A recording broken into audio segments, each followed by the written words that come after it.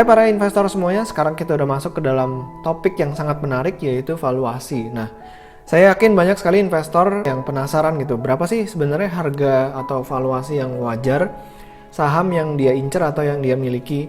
Nah, topik kita kali ini fokus pada yang namanya equity bond valuation. Seperti apa gunanya, gimana cara ngitungnya setelah yang satu ini.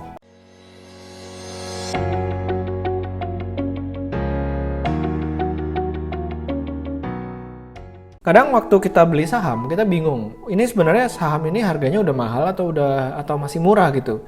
Kalau misalnya kita beli saham kemahalan, kan takutnya nanti harganya turun, ya kan?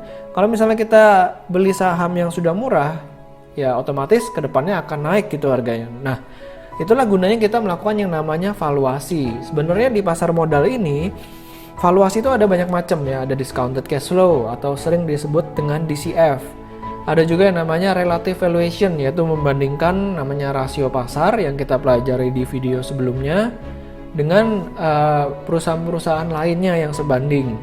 Ada juga yang namanya net asset value atau sering disingkat NAV, dan yang akan kita bahas kali ini adalah namanya equity bond valuation. Sebelum memulai lebih jauh, saya ingin membuat sedikit ilustrasi gitu. Nah, misalnya si S ini punya uang 100 juta rupiah dan dia ingin membuka bisnis sewa mobil ya, karena mungkin dulu backgroundnya dia suka mobil, terus memang punya ada koneksi buat sewain mobilnya. Jadi di bisnis plan-nya itu kelihatan kalau tiap tahunnya dia akan mendapatkan 25 juta dari mobil tersebut per tahunnya ya. Dan di tahun kelima, karena kita tahu sendiri ya, yang namanya mobil itu kan kalau semakin tua kan semakin rewel. Jadi di tahun kelima dia berencana untuk menjual mobilnya dengan harga separuhnya, 50 juta. Jadi kalau misalnya kita lihat di tabelnya kan seperti ini. Di investasi di tahun ke-0 adalah 100 juta ya, uang keluar jadinya minus. Habis itu di laba bersihnya di tahun ke-1 sampai 5 dia dapat uang 25 juta. Di akhir tahun kelima dia akan menjual asetnya dengan harga 50 juta. Jadi totalnya dia akan mendapatkan uang 175 juta dan dikurangi ke investasinya sebesar 100 juta. Jadi keuntungan yang dia dapatkan adalah 75 juta.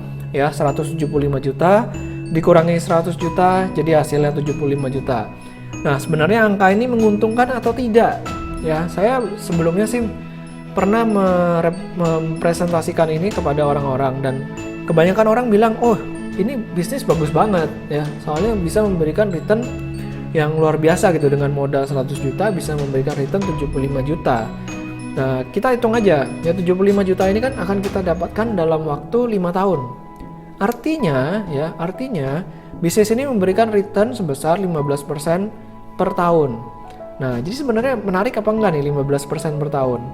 Kita mesti ingat kalau misalnya kita punya uang, kita selalu punya opsi untuk menempatkan uang kita either di deposito atau mungkin malah di obligasi pemerintah. Ya, anggaplah kita punya opsinya cuman menempatkan uang di deposito ya, yang memberikan return 4,1% per tahun. Ya, ini saya ambil dari websitenya BCA, berlaku efektif tanggal 20 April tahun 2020, dan ternyata deposito di Bank BCA ini returnnya kecil sekali ya, hanya 4,1% dibandingkan dengan bisnis sewa mobil yang tadi ada di ilustrasi 1 yang bisa memberikan return 15%. Jadi artinya bisnis sewa mobil yang tadi itu ya merupakan bisnis yang bagus karena returnnya bisa memberikan hampir atau lebih dari 3 kalinya deposito di Bank BCA. Nah, kalau yang tadi itu kan boleh dikatakan kita ngasih skenario yang optimis. Nah, ini kita anggap skenario-nya jadi pesimis lah. Jadi ada ilustrasi kedua, bisnis sewa mobil ini, dan ternyata bisnis sewa mobil yang kedua ini cuman bisa menghasilkan 15 juta per tahunnya. Tapi investasinya sama 100 juta dan di akhir tahun kelima asetnya ini juga dijual dengan harga 50 juta. Artinya uang yang akan didapatkan adalah totalnya 125 juta dikurangi dengan investasinya sebesar 100 juta. Artinya keuntungannya adalah 25 juta. Nah, bisnis ini masih bisnis yang menguntungkan atau tidak? Ya, kita hitung lagi nih ya. 25 juta per 5 tahun dibagi 5, artinya bisnis ini bisa menghasilkan sebesar 5% per tahun. Apakah masih menarik atau tidak? Ya, kita bandingin lagi sama deposito yang tadi 4,1%. selisihnya ini terlalu tipis, ya cuma 0,9%. Padahal kita tahu sendiri yang namanya berbisnis mobil ini memiliki resiko yang cukup besar. Mobilnya bisa hilang tiba-tiba. Atau misalnya di tengah jalan mobilnya kecelakaan, nabrak, jadi akhirnya nggak bisa disewain lagi. Nah, seperti yang tadi sempat saya mention ya, kita kalau punya uang ini kan punya opsi untuk menempatkan uang kita di deposito, atau misalnya kita juga bisa beli namanya obligasi pemerintah. Nah, kalau misalnya kita lihat dari sumber websitenya ibpa.co.id, obligasi pemerintah yang jatuh tempo 30 tahun per tanggal 21 April 2020 itu mampu memberikan yield atau return sebesar 8,2% per tahun. Nah, jadi apa sih hubungannya sebenarnya sama saham gitu kan?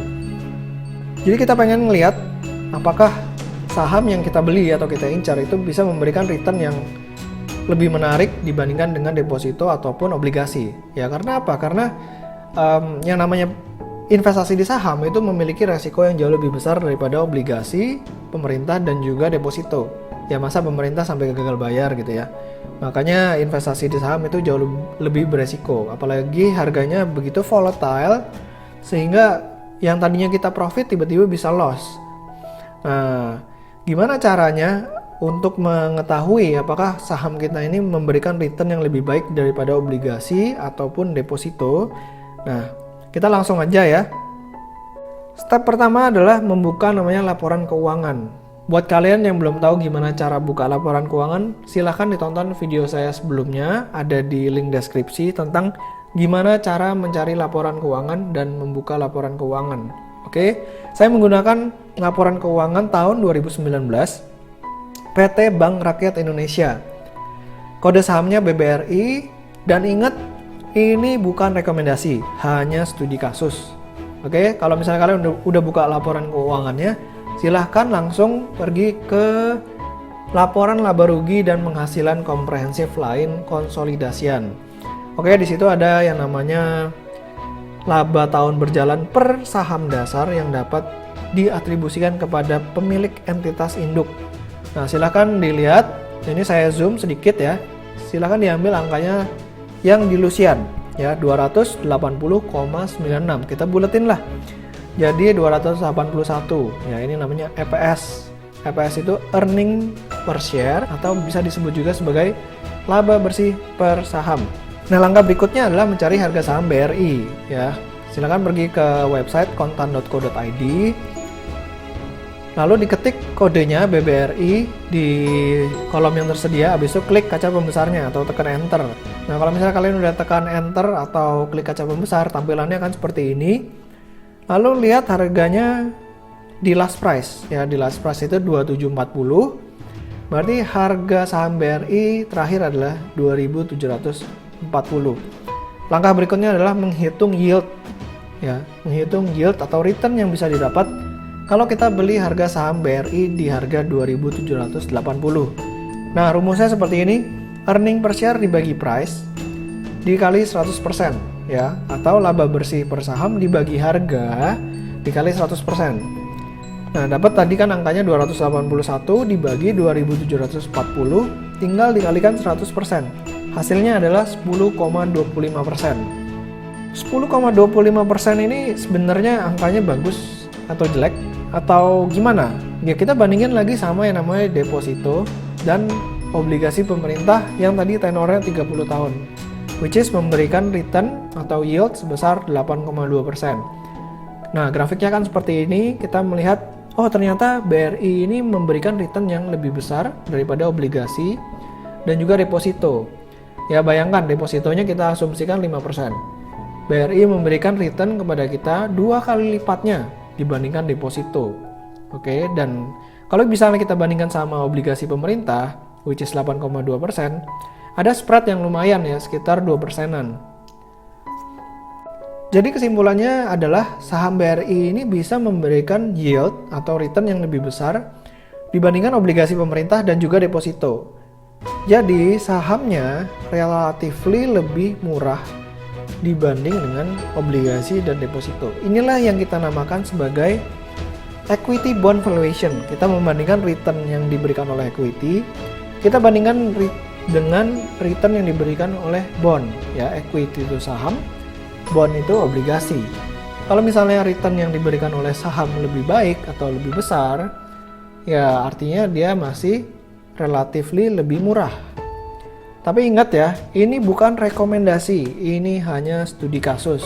Karena apa? Karena return 10,2% ini bukan jaminan. Artinya kalau kita beli saham BRI di 2740 bukan berarti kita akan mendapatkan return 10,25% dalam 1 tahunnya. Bisa jadi lebih atau bisa jadi kurang.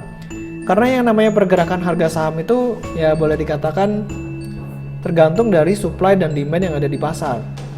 Dan yield saham BRI ini bisa berubah sewaktu-waktu. Ya, karena apa? Karena tergantung dari perubahan harganya dan juga perubahan earning per share-nya. Kalau misalnya earning per share-nya atau laba bersih per lembarnya naik, artinya yield yang diberikan akan lebih tinggi. Kalau misalnya EPS-nya turun, ya yield yang diberikan akan lebih rendah. Demikian video saya kali ini yang membahas tentang equity bond valuation. Saya harap kalian sudah mulai mengerti bagaimana melihat suatu saham, apakah saham itu mahal atau murah dibandingkan dengan yang namanya obligasi dan juga deposito. Nah, di video berikutnya saya akan membahas tentang discounted cash flow valuation. Jangan lupa untuk di-subscribe YouTube channel saya dan juga follow Instagram saya di Pesan Saham. Semoga video kali ini bermanfaat. Sampai jumpa di video berikutnya. Selamat berinvestasi.